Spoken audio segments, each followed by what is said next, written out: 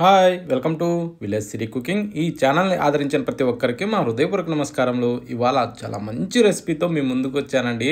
చాలా అంటే చాలా బాగుంది. ఈ విధంగా స్నాక్ చేసి పిల్లలకు కానీ తినిపించారంటే హెల్తీగా సూపర్ టేస్టీగా ఉంటుందండి. ఒక్కసారి తిన్న ఏ పిల్లవాళ్ళైనా సరే మళ్ళీ మళ్ళీ ఇలాగే కావాలంటారండి. చాలా అంటే చాలా బాగుంది. ఈ విధంగా మనం రెడీ చేసుకునేసి సన్నగా ఇలా పూసలాగా తయారు చేసుకోవచ్చు. ఇంకా లావుగా కూడా ఏ సైజు కావాలంటే ఆ సైజు వీటిని తయారు చేసుకోవచ్చు అండి. కరకరలాడుతూ సూపర్ టేస్టీగా ఉండేయండి. ఇవి ఎలా చేయాలంటే ముందుగా మనం ఈ ఆలుగడ్డలను తీసుకోవాలి. అంటే ఉల్లగడ్డలు లేదా బంగాళదుంపలను కూడా అంటారండి వీటిని. వీటిల్లో ఏంటంటే రెండు రకాలు ఉంటాయి.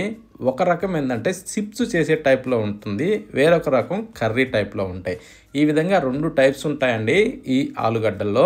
వీటిలో ఏంటంటే మనం చిప్స్ చేసే టైప్కి తీసుకొచ్చుకుంటే రుచి చాలా బాగుంటుందండి.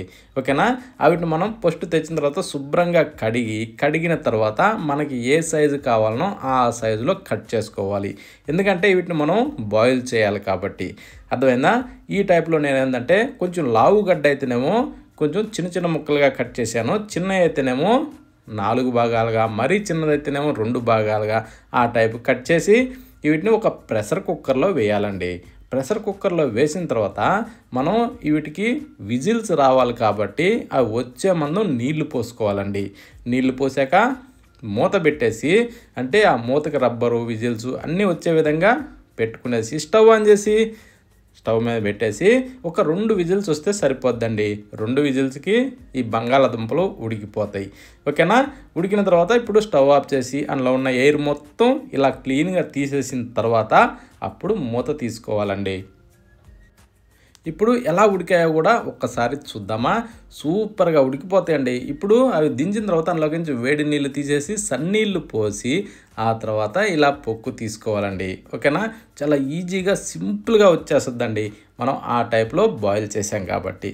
ఓకేనా? ఇప్పుడు ఈ విధంగా మనం అన్నిటినీ పొక్కు తీసిన తర్వాత ఒక బౌల్లోకి ఒక పీలర్ తీసుకునేసి, అంటే దాని హోల్స్ అన్నది చిన్నగా ఉండాలి, మరి పెద్దగా ఉండకూడదు, సన్నగా ఉండాలి. ఆ విధంగా ఉండే పక్క మనం ఇలా గీకాలండి.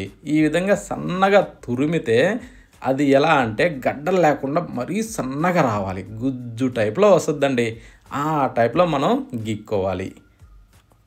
ఇప్పుడు నేను గీకినది ఎలా వచ్చిందో ఒక్కసారి చూద్దామా. చూడండి, చాలా మృదువుగా మెత్తగా ఐస్ క్రీమ్ టైప్లో వస్తుందండి. చూడండి ఒకసారి ఎలా వచ్చిందో. ఇలా సూపర్ మెత్తగా వస్తుందండి. ఈ టైప్లో రావాలి, గడ్డలు లేకుండా చూసుకోవాలండి. ఇంకా దీన్ని రకరకాలుగా కూడా చేసుకోవచ్చు. ఇందులో ఇప్పుడు మనం 1 టేబుల్ స్పూను కారం వేసుకొని, బ్లాక్ పెప్పర్ వచ్చేసి సగం టేబుల్ స్పూన్ వేసి, ఆ తర్వాత ధనియాల పొడి సగం టేబుల్ స్పూను, గరం మసాలా సగం టేబుల్ స్పూను, జీలకర్ర పొడి కూడా కొంచెం వేసుకునేసి, ఆ తర్వాత రుచికి సరిపడా సాల్ట్ వేసుకోవాలండి. ఇది మాత్రం కొలత కాదు. ఆ తర్వాత ఒక నిమ్మకాయని తీసుకొని గింజలు తీసి దీంట్లో రసాన్ని పిండుకోవాలి. ఈ నిమ్మరసం పిండితే ఏంటంటే ఇది ఎలాగంటే బంగాళదుంప కాబట్టి కొంచెం స్టాకు ఉండదు. అందుకోసం అనేసి నిమ్మరసం అన్నది పిండితే 4 రోజులు స్టాక్ ఉంటాయండి. అందుకోసమని నిమ్మదబ్బ కంపల్సరీ పిండాలి. ఆ తర్వాత శనగపిండిని 1 కప్పు వేసుకునేసి దీంట్లో బాగా ఇలా కలుపుకోవాలండి. అంటే 1 కప్పు అంటే 1 కప్పు కాదు, మనం వేసిన ఈ బంగాళదుంపలు ఏదైతే ఉన్నదో అందులో ఈ పిండి అన్నది బాగా మిక్స్ అవ్వాలి. అంతమందం వేసుకునేసి ఇప్పుడు 1 టేబుల్ స్పూను ఆయిల్ అలా వేసుకుంటే ఇది అతుక్కోకుండా భలేగా వస్తుందండి. మైనూన్ టైప్లో మెత్తగా చాలా మృదువుగా వస్తుంది. ఇది ఎలా అంటే కలిపేటప్పుడు మరి జావలాగా కాకుండా గట్టిగా కాకుండా మనం ఇప్పుడు దాంట్లో పెట్టి ఇలా ఒత్తేటప్పుడు సింపుల్గా రావాలండి. ఆ టైప్లో ఆ మిషన్లో మనం ఒక్కసారి చెక్ చేసుకొని చూడాలి. మనం అంటే ఈ మురుకులు చేసే మిషన్లో నేను ఒకసారి పెట్టి చూపిస్తున్నాను. ఈ విధంగా అది మెయిన్ సన్నటి హోల్లో పెట్టి మరీ చూపిస్తున్నా. చూడండి, చాలా సింపుల్గా వచ్చేస్తాయండి. ఈ టైప్లో మనకి జారాలి. ఆ విధంగా మనం రెడీ చేసుకుంటే నూనె కూడా ఎక్కువ పీలవదండి. ఇప్పుడు స్టవ్ ఆన్ చేసి నూనె బండి దాని మీద పెట్టేసి దీంట్లో ఇప్పుడు వేసి చూద్దాం. ముందైతే నేను పెద్ద వేస్తున్నాను. అది వేసిన తర్వాత మళ్ళీ రకరకాలుగా మనం ట్రై చేసి కూడా చూడొచ్చు. ఒక్కొక్కరికి ఒక్కొక్క టైప్లో కావాలి కాబట్టి నేను ఇప్పుడు 2 రకాలు అయితే చూపిస్తున్నాను. ఒకటి లావు సైజులో, ఒకటి సన్న సైజులో. ఈ టైప్లో కొంచెం అలా తిరగేసుకునేసి దీన్ని మంచి గోల్డెన్ బ్రౌన్ కలర్లో వేగనివ్వాలి. మాడకుండా చూడండి, ఎందుకంటే దీంట్లో ఈ పొటాటో వేస్తున్నాం కాబట్టి మాడిందంటే కొంచెం చేదు వస్తుందండి. ఈ టైప్లో గోల్డెన్ బ్రౌన్ కలర్లో రావాలి. ఇప్పుడు తీసి మనం ఒక ప్లేట్లో పెట్టేసుకునేసి ఇప్పుడు సన్న వాటిని అంటే పూసగా ఉండే వాటిని ట్రై చేద్దాం, అవి ఎలా వస్తుంది అన్నది. ఫస్ట్ మనం వేసినప్పుడు చాలా మెత్తగా అనిపిస్తుందండి. ఇప్పుడు మనం దీన్ని ఇప్పుడు స్మూత్గా తిరగేసుకోవాలి. ఈ సన్న వేసినప్పుడు మాత్రం కొంచెం స్మూత్గా హ్యాండిల్ చేసుకోవాలండి, అప్పుడే ఇది విడిపోకుండా చాలా బాగా వస్తుంది. చూడండి, ఇప్పుడు చాలా సింపుల్గా దీన్ని తిరగేస్తాను. ఈ టైప్లో మనం సింపుల్గా అలా తిరగేసుకునేసి రెండో వైపు కూడా దీన్ని బాగా వేగనివ్వాలి. చూడండి సుట్టలాగా ఎంత బాగా వచ్చిందో.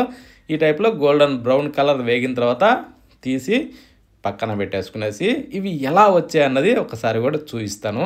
చూడండి, మనం చేతిలోకి తీసుకొని ఇలా అనగానే కరకర అంటూ భలేగా ఉన్నాయండి. రుచి కూడా చాలా అద్భుతంగా ఉంది. ఇలాంటి చేసి పెడితే పిల్లలకి పండగేనండి, అంత రుచిగా ఉన్నాయి. ఎవ్వరు కూడా మిస్ కావద్దు. చాలా ఈజీ అయిన రెసిపీ అండి, ఎవరైనా సరే తయారు చేసుకోవచ్చు. దీంట్లో అసలు రిస్కే లేదండి, రుచి మాత్రం అద్భుతంగా ఉంది. మరొక వీడియోలో కలుద్దామా?